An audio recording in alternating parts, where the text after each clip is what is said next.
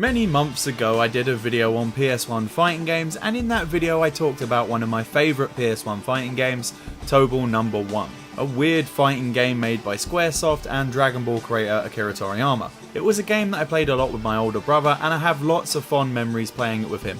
God damn it, Scott! But along with those happy memories, there's a lot of anger that this game caused, mainly in its quest mode that was at times punishingly difficult. As I said in that video, I'll never forget the sight of my brother smashing his PS1 and throwing it out of his 20th floor flat window because he got all the way to the last boss and died. Now we look back at that and laugh at the ridiculous moment that it was, but at the time my brother was fucking pissed off. When I did my top 25 PS1 games list, I put Tobal No. 1 at 24. Sure, that's not exactly high up, but that speaks more to the volume of good games on the PS1 rather than the quality of Tobal No. 1. And in the PS1 fighting games video, and actually my theme park world review, I mentioned that there was a sequel to Tobal No. 1 that never got released outside of Japan that I've always wanted to play. And I'm finally getting around to playing it on my Raspberry Pi. And I will of course be using an English translated ROM because, as you will see, the quest mode has a lot of text. Anyway, without further ado, let's see if this sequel lives up to my sky-high expectations. Tobal No. 2 was released in Japan on April 25th, 1997, which is mere months from the release of the first game, which came out on the 2nd of August 1996 in Japan. And it sold pretty damn well in Japan, but apparently it never got released outside of Japan because of the poor sales of the first game in the West. And Squaresoft, in its infinite wisdom, thought the only reason anyone bought the game to begin with was because of the Final Fantasy VII demo that came bundled with it. But I don't know if we got that in the UK because my copy doesn't have that demo, and I don't remember the one I had as a kid having that either. Maybe it was a Japan-America thing. With that short gap between the two games, you would maybe assume that this game is rushed and bad because of that, but you would be wrong because this game is fucking awesome, and it's honestly everything I've wanted out of a Tobal No. 1 sequel. If I had played this game before I did my top 25 PS1 games video, I would have probably put this somewhere in the top 15. I can imagine me and my brother would have got obsessed with this game if it came out when we were kids. They just improved on everything from the first game. The graphics look more crisp, the fighting itself just feels a lot more smooth and less clunky. Sure, there's still annoyances, but it's a massive improvement over the first game. I am a little bit disappointed that the music isn't nowhere near as good as the first games, but I can live with the music that's here. It's not awful or anything.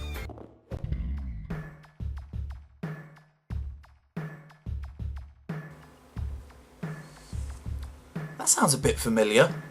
A few moments later.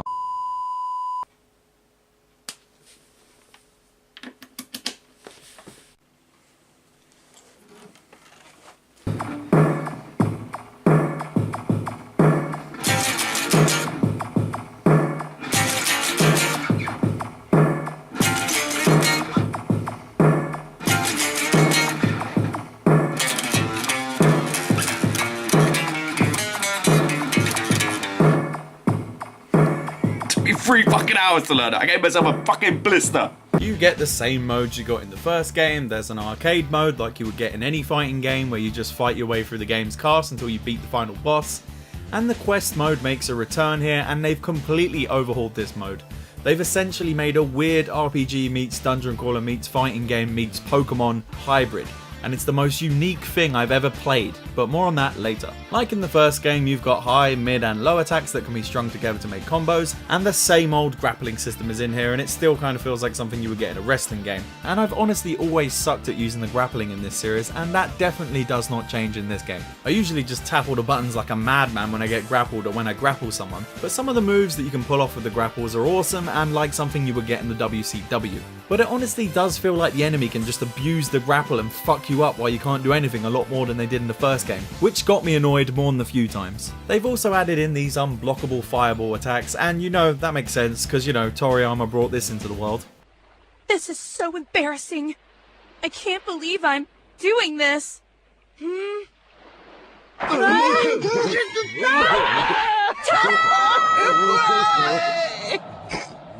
No, not that! This!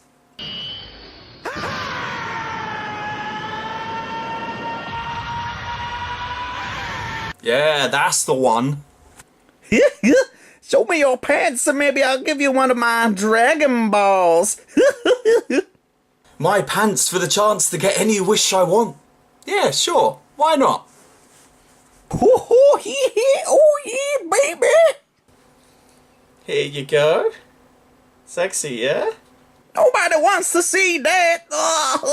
I'm gonna post about this on Twitter and end your career! How dare you pants shame me! All the characters from the previous game are in this one, and there's also 2 new characters, Chaco, or however you're supposed to say it, and Dr. V, who are pretty forgettable compared to the characters from the original game. I mean, maybe I'm a bit biased because I like weird fighting game characters, you know, like weird chicken men, devil men, and robots that for some reason have a suicide button.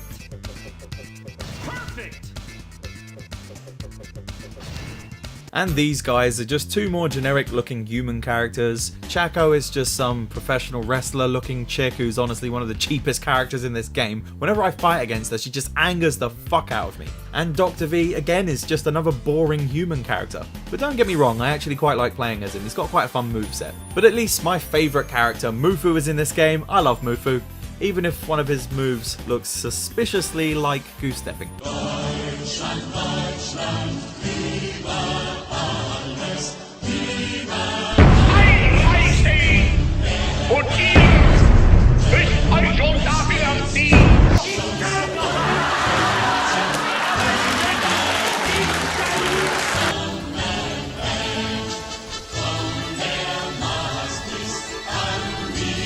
But this game makes up for the lack of new interesting characters by, well, making pretty much every character you fight in the quest mode available to unlock. This honestly fulfills a childhood dream of mine, because I remember wanting to play as all the random enemies from the original, and now I can in this game. This game actually technically has the largest roster of any fighting game, with a total of 200 playable characters. Sure, a lot of the characters suck and have terrible movesets, but the novelty value of playing as a giant penguin or a chocobo is not lost on me. And this honestly makes me want to play the game more just to see what stupid characters I can unlock next. I'm convinced me and my brother would have got obsessed with this element of the game if we had this growing up. But I'll get into more detail about how to unlock these characters in a minute when I talk about the quite frankly awesome quest mode. Another thing that feels very changed from the first game is the difficulty. I swear they've made this game 10 times harder than the first game. I wonder if this has to do with the fact that this game wasn't released outside of Japan. I wonder if the version of Tobal No. 1 we got was a gimped easier version for us Western wimps. Because after getting my ass kicked over and over again in the arcade mode, I was getting some of that childhood rage back. They keep grappling me and fucking punching me and there's nothing I can fucking do about it!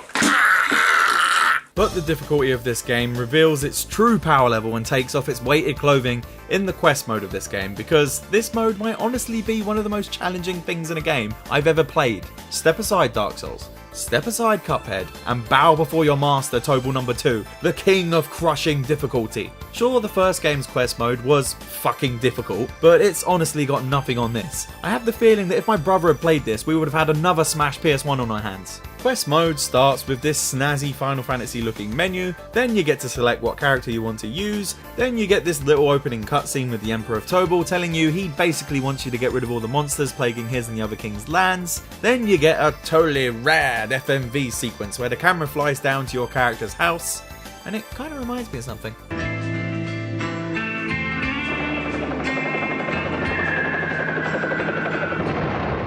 And boom, that's it, you're dumped into this weird old school RPG looking town, and there's shops and a church to save the game in like it was Dragon Quest or something. Moving around in these sections is honestly a bit janky, but it gets the job done. But these bits just act as a hub world to the dungeons, which is where all the action happens.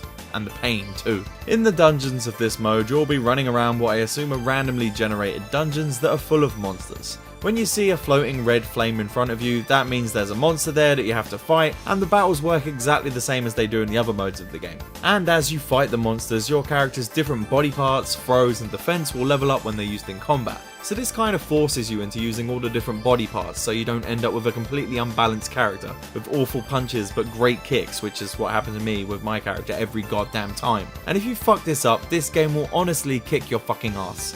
And if you get it right, the game will still kick your fucking ass. And you also have a stamina meter to worry about that you can use to heal your character up with by selecting the rest option in the menu, and you're gonna be doing this a lot. You can fill this meter back up again by using food and different items that you get from defeating the different enemies. And if your stamina meter gets empty, you're basically fucked as your health starts slowly draining until you heal your stamina meter. You can also equip different gems to your character as you go that basically act like equipment would in a normal RPG, and you can also get these gems called captures that essentially work as pokeballs that you can throw at your enemy when they're sufficiently permanently weakened, and then you can use that character in the other modes of the game. I mean, it's literally a mechanic nick from Pokemon, except instead of sending out a monster to do your work for you, you gotta get your hands dirty and do it yourself.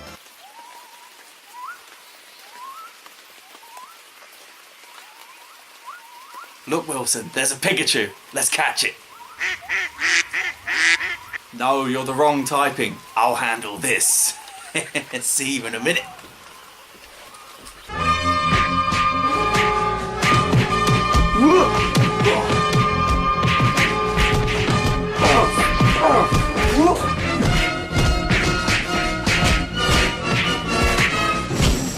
I'm not killing him. He's fine.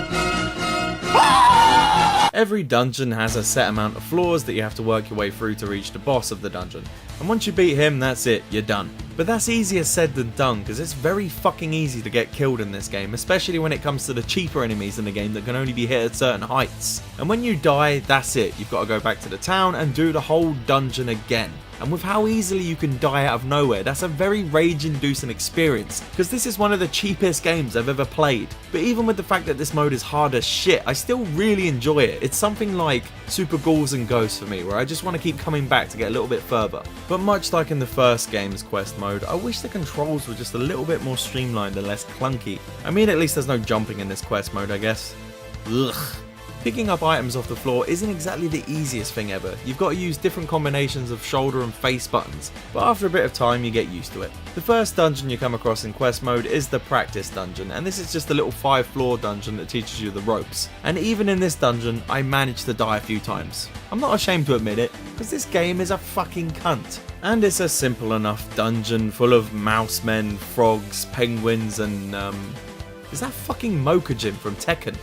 Is this where he comes from? And the first boss you have to face is literally just a monkey, which is honestly a little bit disappointing, but quest mode really does fucking ramp up after this, so buckle up.